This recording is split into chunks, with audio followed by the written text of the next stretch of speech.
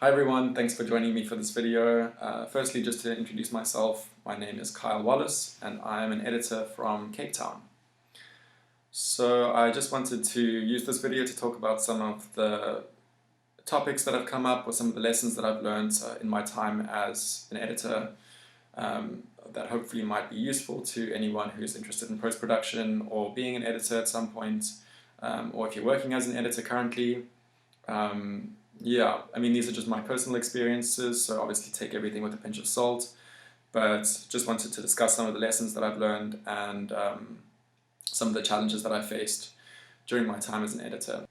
So the first thing that I wanted to talk about was just the fact that, as South African filmmakers, we're so often being told and telling each other that, that there are so many stories out there that aren't being told, that need to be told, or there are so many voices that aren't being heard, that need to be heard. And I think that as an editor,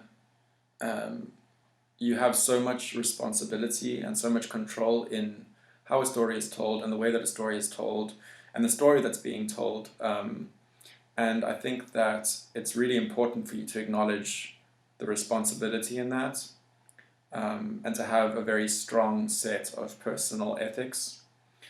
because I think that as an editor, those ethics are going to be tested in a variety of different ways throughout different projects. But I think that, yeah, it's incredibly vital for you to understand what your boundaries are and how far outside of those boundaries you're able to go or willing to go for a certain project. So just to talk about, like an experience that I had working in the industry, when I was first starting off as an editor, I was working mostly on event videos, and it was very kind of like punchy, high energy stuff, and we did a lot of like after movies for certain events. One of them being a really big party that happens at the end of the year down at the coast, where a lot of sort of young, like post-high school students go to celebrate finishing high school. And the footage that I was working with was really kind of inappropriate in a lot of ways, just like a lot of girls in bikinis and stuff, and like definitely underage girls in bikinis, and like filmed in a really provocative way, and just like made me feel uncomfortable in general. And so I kind of spoke to the boss about it, and was just like, look, this is kind of strange for me to work on, just because I feel like this isn't something that like I necessarily believe in or like believe is right. And his answer was like just very kind of like, look, sex sells, and like this is something that we just have to do. And yeah, I think it made me really uncomfortable, and like that mixed with some other like the experiences that I'd had working at that specific company just kind of made me reach a point where I was like, I can either keep working on these sort of projects, or I can keep working on these projects and keep earning a salary and like have have the kind of the support that gives me, or I can use the time that I've spent working on these projects to try find other work that would hopefully not be problematic and weird or make me feel uncomfortable on a personal level. So yeah, so I pretty quickly quit that job and went looking for other things. And I think so often, people find themselves stuck in difficult positions, and they aren't really sure about what to do next, or how they're or if there's going to be a next thing. There's like a lot of uncertainty that they face. But yeah, I think that just like, especially as a freelancer, you're constantly building your personal portfolio. And so I think that it's just like, it's necessary to be objective about these things, and to kind of take the work that you've made, and take the things that you've made, and the lessons that you've learned, and like move on if it's not feeling comfortable. So the second thing that I wanted to talk about was just that as an editor, it's like incredibly important. I think because the nature of editing is so isolated and so solitary, unless you're working very closely with the director or unless you're working as an assistant, so often your role is so isolated and the way that you work is so isolated, that the lessons that you learn are kind of just from the mistakes that you make on a personal level, which is fine, but it means that would take a very long time to make a lot of mistakes to reach the point where you are actually comfortable in producing like really high quality work. And so I think that like one of the hugest things for me is just to find really solid mentors in the industry and the people that are around you. I mean, I think that the great thing about our industry is that there are just so many people working at the moment, and the fact that it's like a lot smaller than, you know, like Hollywood or one of these kind of like major international industries is just how accessible some of these people are. Like, they might seem like celebrities to you, but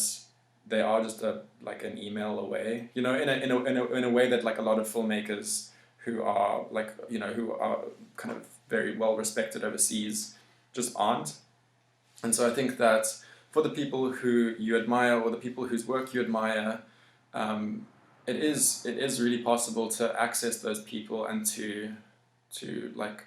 even potentially work with them at some point. I think, yeah, one of the biggest things for me has just been finding a group of mentors whose work you respect, whose ideas you respect, and whose whole process you respect, and just to kind of shadow them and see what you can learn from them, because they're obviously people with a lot of experience, who have made mistakes of their own, who have learned from those mistakes in their own personal capacities. And I think that it's such a vital resource to have people who you can work with, or people who you can collaborate with, to also, you know, have them as your mentors. So I think that's a really, really important thing for me, personally, has just been finding mentors who are your collaborators, but then also collaborating with people who are your mentors. And I think that kind of symbiotic relationship is very important, because yeah, you want to work with other people and you want to learn from other people, but it's also really important to kind of like put your ego or your personal like experience aside and just to like learn from as many people as you can, whether they're people whose work you respect or people whose work people who you work with who you have a really difficult time with. Like, in some ways those people mentor you as well. So I think that it's really, really important just to constantly be open to learning from anyone.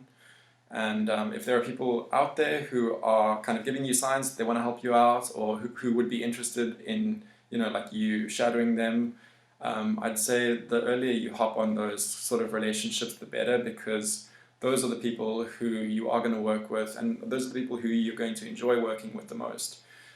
So if that is something that you can develop, and if that's something that you can kind of chase, I'd say really, really go for it. It's huge and it's important. One of the experiences that I've had in that has just been as working as an assistant editor for a very well respected South African non-fiction editor. And I think, you know, when I first finished university, I sent him an email, you know, saying like, oh, I would really, really like to work with you at some point, kind of reaching out. And he got back to me and he was like, yeah, like there are a couple of projects coming up. It might not be the right time, but let's stay in touch. And we ended up staying in touch, and kind of years later working together on a different project. And from working together on that project, I was later employed by him to assist with a kind of extended like documentary series, and work very closely with him on that project. And I would say that like the months that I worked together with him on that project was like a huge learning experience for me. Just to be able to see how someone else works, to be able to work closely with someone, to be able to sit in a room with someone and like look over and see how they're working, or to share ideas, Also just like to sit and talk shit, like to geek out about movies or to hang out together. I think that's, yeah, it's huge. So you do want to find people like that who you can work with, and you do want to kind of seek out those experiences, because ultimately those are going to be the ones that are the most enjoyable for you and the ones that you learn the most from. The third thing that I would like to talk about, and it's quite boring in many ways, but it's really, really important, is just to be as organized as you possibly can, as an editor. And I think that's one of the things that you would probably learn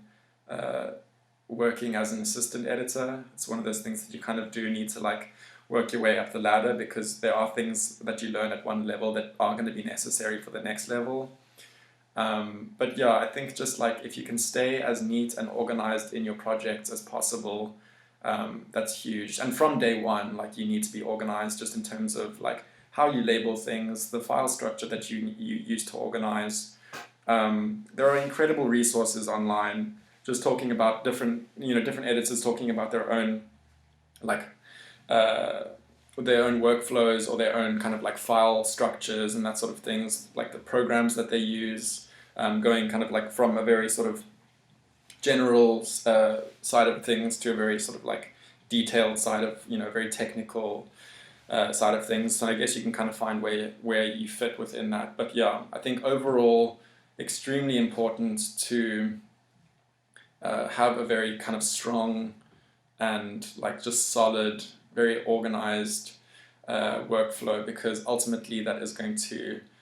just help so much in terms of the time that it takes to find things and to be able to get all of the stuffy, like locating things out of the way. You don't want to be spending 2 or 3 hours looking for a certain shot that is, was here one week and then it got somehow moved here to the next week. Like you really, really want to organize things as well as you can. And I think the best thing for this is just to assume that at any given point, another editor is going to come in and use your project and keep working on it in your place. Because I think that, like so often we assume that if something is messy or if it is, if it's kind of disorganized, that it's fine because you know where things are. But I think that if you have in mind that someone else is going to come in and work on the project, which is a very, very much a reality working in film. And I think that if you assume that someone else is going to come in and work on the project at any given point, it just helps you to keep things like very organized on an objective level. And I think when I started off as an editor, I was like, the highly organized thing, it might just be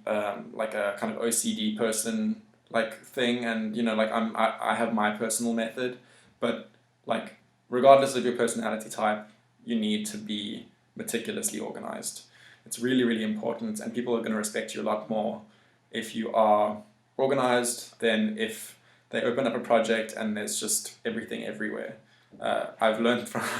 this mistake. I've made this mistake myself, and I've learned this lesson the hard way. And I think that it is something that is so avoidable, because it has nothing to do with your personal creativity. It's really just staying organized, and like just having a lot of like respect for the project, pretty much. So I think that without getting into like too much detail about those things, that's sort of what I wanted to address in this video. I hope it's been helpful in some ways. I don't know if it's been too general or if everything seems a bit obvious, but sometimes those obvious things are they have the biggest impact on you, just on a personal level. So yeah, hopefully you can take what I've said in this video and learn from my mistakes, or keep them in mind if you're working on other projects in the future. And I would just like to wish everyone the best of luck in their endeavors, and just to keep making things, because I think that that's the most important thing, and to work on stuff that you like, because I think life's too short to work on stuff that you don't enjoy. And especially within the South African context. Like there are so many projects going on that you can jump on at any time. So yeah, just like keep hustling, find a good network of people, keep building that network because it does take time, and like yeah, just be kind and respectful and helpful, because that's going to make a huge difference as an editor. So yeah, thank you for watching this video. I hope it's been helpful, and good luck with all of your future endeavors.